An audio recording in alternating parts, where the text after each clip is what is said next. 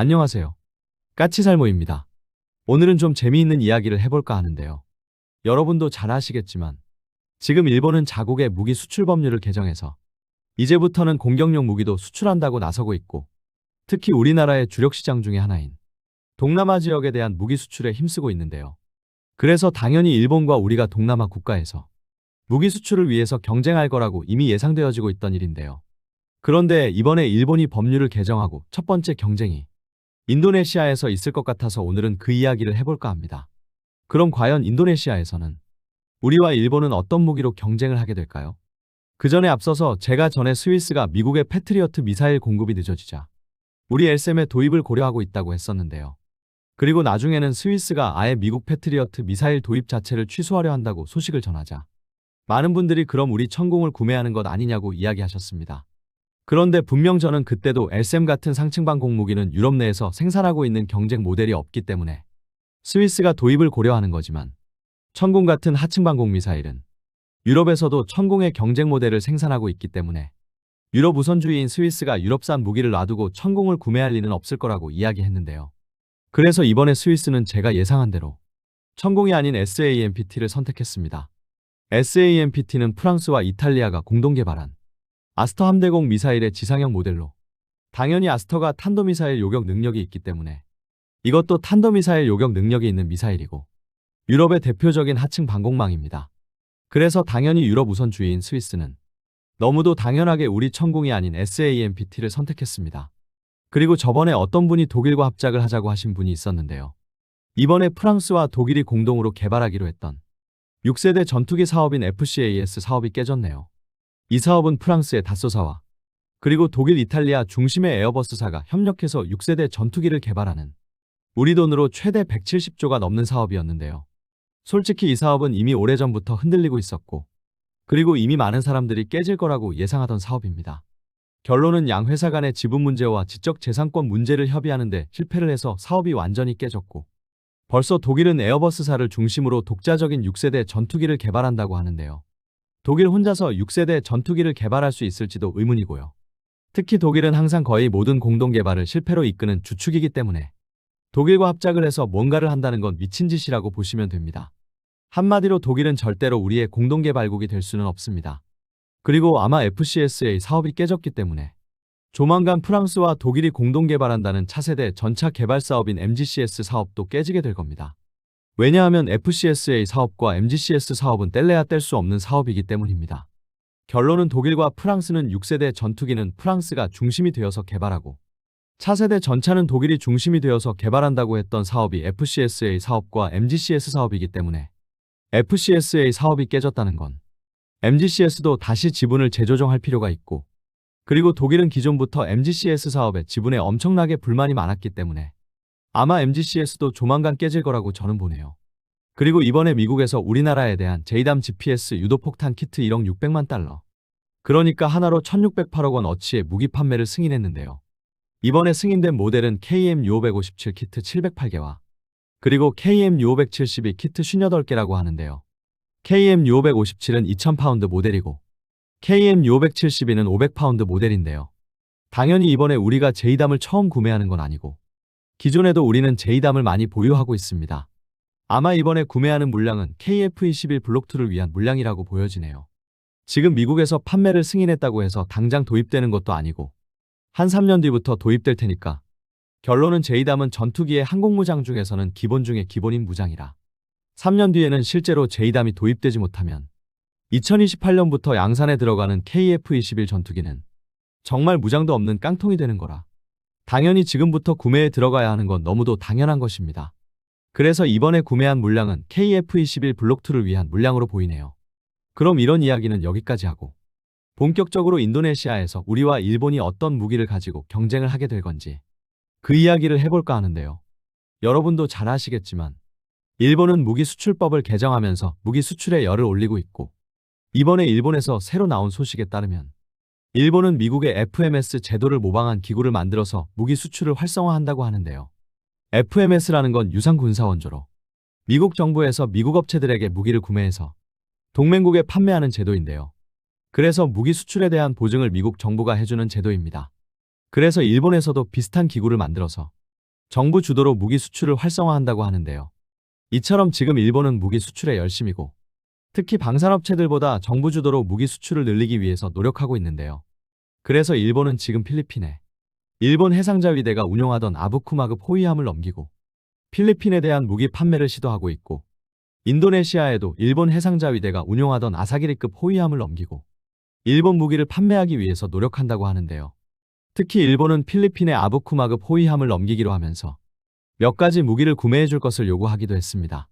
일본이 필리핀에게 구매해 줄 것을 요구한 무기는 88식 지대함 미사일과 그리고 03식 지대공 미사일, 그리고 16식 기동전투 차량인데요. 그런데 88식은 일본에서도 12식 지대함 미사일로 교체되는 구형 대함 미사일이기 때문에 사실상 88식도 거의 공짜로 공여해 주는 것이라고 할 수 있고 실제로 일본이 필리핀에 판매하고 싶은 건 16식 기동전투 차량과 그리고 03식 지대공 미사일입니다.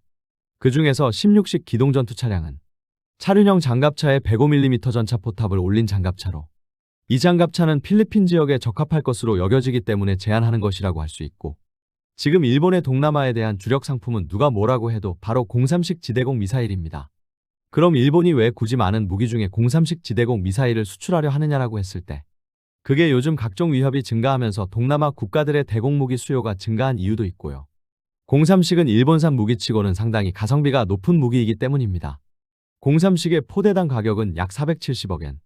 그러니까 우리 돈으로 대략 5천억 원 정도 한다고 알려져 있고 원래 포대당 가격이 8천억 선이었던 게 지금은 1조 2천억까지 가격이 상승한 패트리어트에 비하면 가격이 절반도 하지 않기 때문에 충분한 경쟁력을 가진다고 본 것입니다.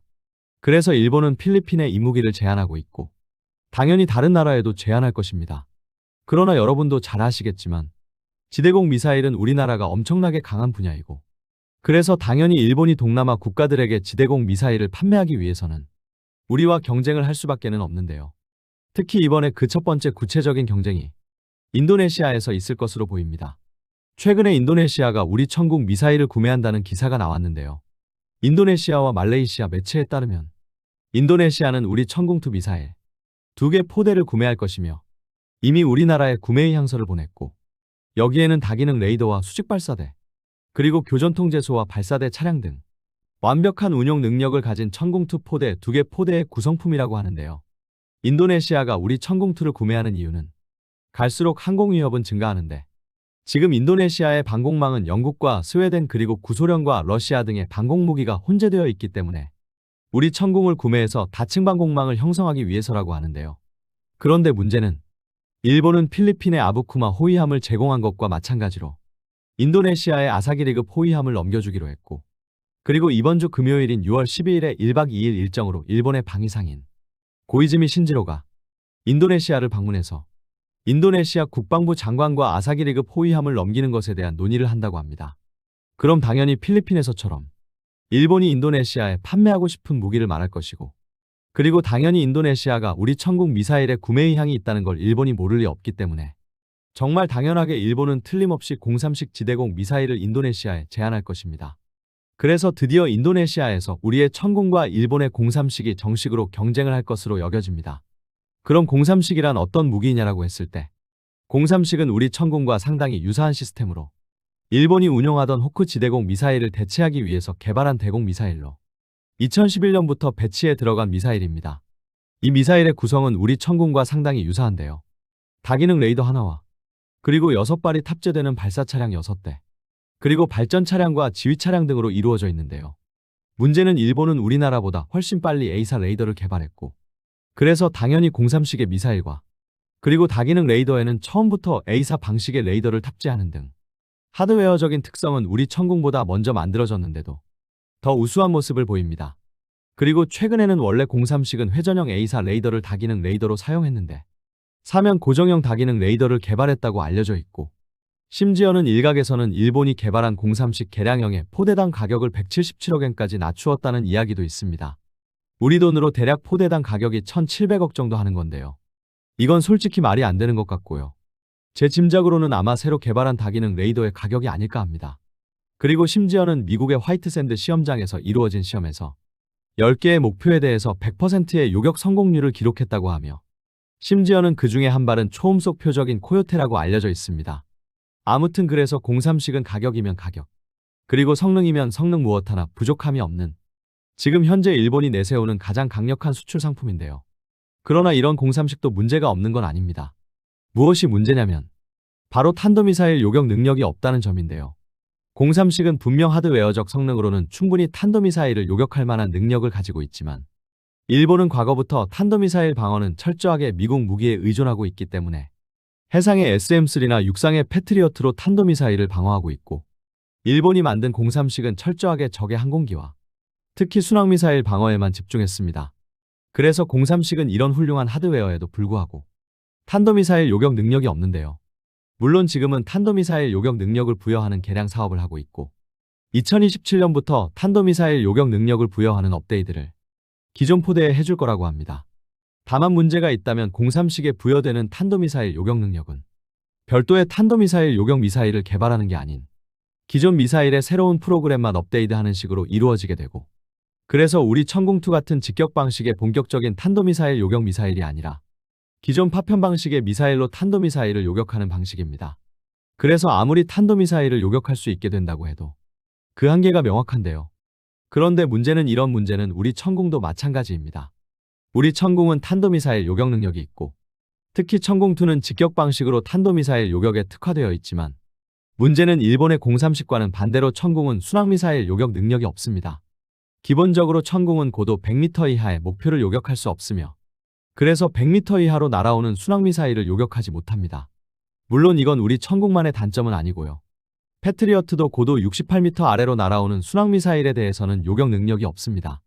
한마디로 말해서 03식은 심지어는 코요테 초음속 미사일까지 요격할 수 있을 정도로 순항미사일 요격에 특화되어 있고 심지어는 일본은 앞으로 개량을 통해서 03식의 극초음속 미사일 요격 능력까지 부여한다고 하는데 정작 본격적인 탄도미사일 요격 미사일은 없고 반대로 우리 천궁2는 저공으로 날아오는 순항미사일 요격 능력이 없는 것입니다.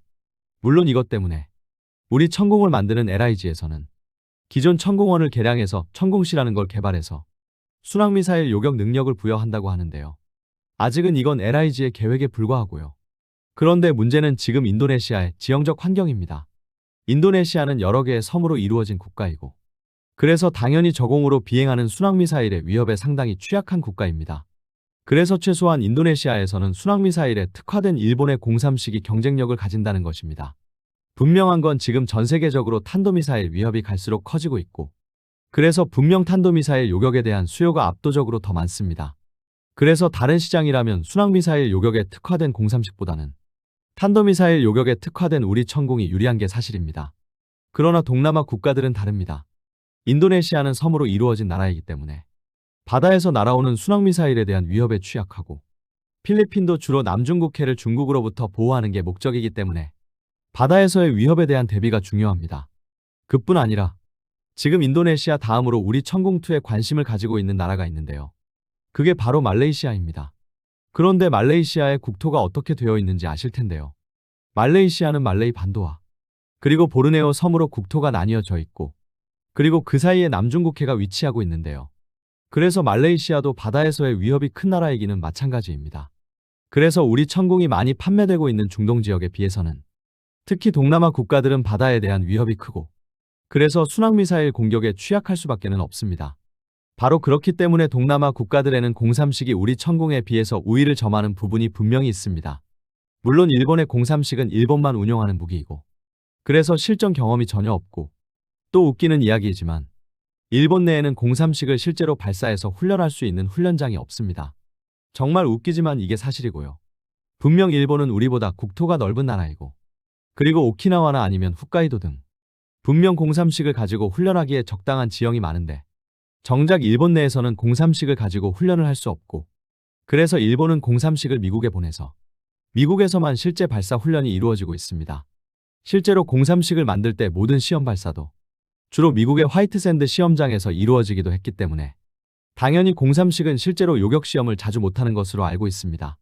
그래서 솔직히 03식은 실전에서의 성능이 의심을 받을 수밖에 없는 미사일인 것에 반해서 우리는 이미 UAE에서 실전을 치루었고 그래서 실제로 아주 높은 요격 성공률을 기록했습니다. 그리고 당연하지만 상대가 돈이 결코 많지 않은 인도네시아이기 때문에 포대당 가격도 중요한데요. 공삼식은 포대당 가격이 5천억 원 선이라고 알려져 있고 우리 천궁은 포대당 가격이 대략 4천억 원 선이라고 알려져 있습니다. 그러나 공삼식의 포대당 가격이 5천억이라는 건 공삼식이 처음 배치되기 시작한 2011년경의 가격이고 그래서 실제로 지금 현재 기준으로 얼마인지는 정확히 모릅니다. 당연히 미사일의 발당 가격은 공개된 자료도 없고요. 그래서 지금 시점에서는 공삼식의 정확한 가격을 알 길이 없습니다. 다만 2015년경인가 공삼식 개량형을 개발할 때 사면 고정형 다기능 레이더를 개발하면서 개량형 공삼식의 포대당 가격이 177억엔이라는 이야기가 나오기는 했지만 분명 그건 포대의 가격은 아닐 것입니다. 그래서 지금 시점에서의 공삼식의 가격은 정확히 모릅니다. 그에 반해서 우리의 천궁 포대는 포대당 가격이 대략 4천억 원이라고 이미 알려져 있고 아마 그래서 가격 경쟁력에서도 우리가 앞설 것입니다. 다만 일본은 공삼식을 꾸준히 개량을 하고 있고 그래서 지금은 공삼식이 아니라 공삼식 개량형을 배치하고 있는데요. 공삼식 개량형은 기존 공삼식보다 미사일의 성능은 높아지고 미사일의 크기가 작아지면서 미사일 가격도 떨어졌다는 이야기는 있습니다. 그래서 지금 시점에서는 공삼식의 가격을 확정하기는 힘듭니다.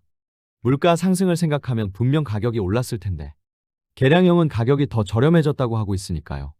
아무튼 그래서 공삼식은 가격 대비 성능이 떨어지는 일본의 여타 무기에 비해서는 상당히 훌륭한 가격 경쟁력을 가지고 있고 그래서 지금 일본은 공삼식의 수출을 강력하게 추진하는 것입니다.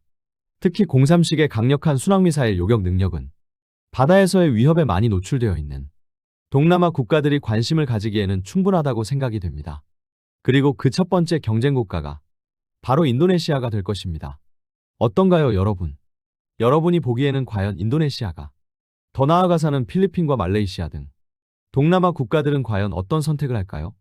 이미 실전에서 훌륭한 성능을 증명한 우리 천궁을 구매할까요? 아니면 최소한 데이터상 성능은 가히 세계 최강이라고 할 수 있는 공삼식을 구매할까요? 여러분이라면 어떤 선택을 하시겠습니까? 이상 영상 봐주셔서 감사합니다.